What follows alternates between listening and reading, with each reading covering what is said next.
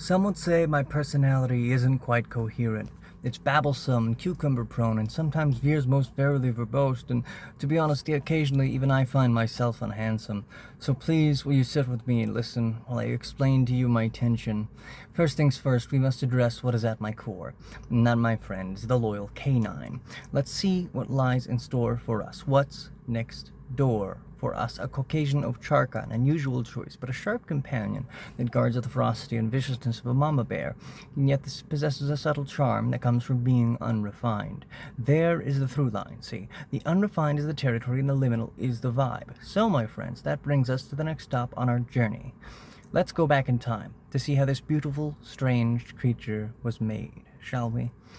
Oh, so strange. A medical malady, a miracle, and an operational nominal. Everything is fine in the body except the rare things they find, they name for you, and your DNA goes into a database of sorts, and it's all very strange and nerve-wracking and clacking and bracking our brains. They'd lock me in wards, and I would sing my refrains, countless doctors, countless issues. Turns out I'm not in a bad shape. There are a lot of mad hatters and naysayers, I suggest. Now, off the meds, I feel mostly normal, but I still couldn't figure out why I'd felt like I never really was. Like my identity had been stolen, like my memory erased and left me just a blank slate with naught to say. But now we move somewhere closer to my heart, where those closest to me lie. My preference for people in my life, in the innermost circle of trust in my likes. See, these people are under my protection. I will shelter and feed those in my pack and keep those I distrust out with a smack. I call myself demisexual, a preference for personality. First we gotta click, nothing else matters but the mind that's behind the well of envy.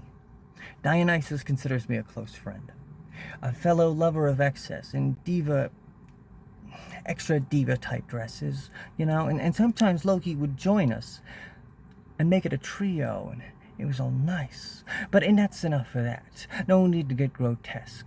But now, my friends, let's get ready for the next stop. My gender. Welcome, friends. Don't distress. What you see may confound you. My gender is hard to find and prone to go vine to vine down the clock on the phone. See, waste time, waste life, but never see gender. Why? Oh, very simple indeed. Gender. No. Genders. Yes. Closer. Kind of. It's gender flux. Yes. Changing, fluctuating. That is the word. That is the identity. So that's the bad part. But where did the cryptid part come in?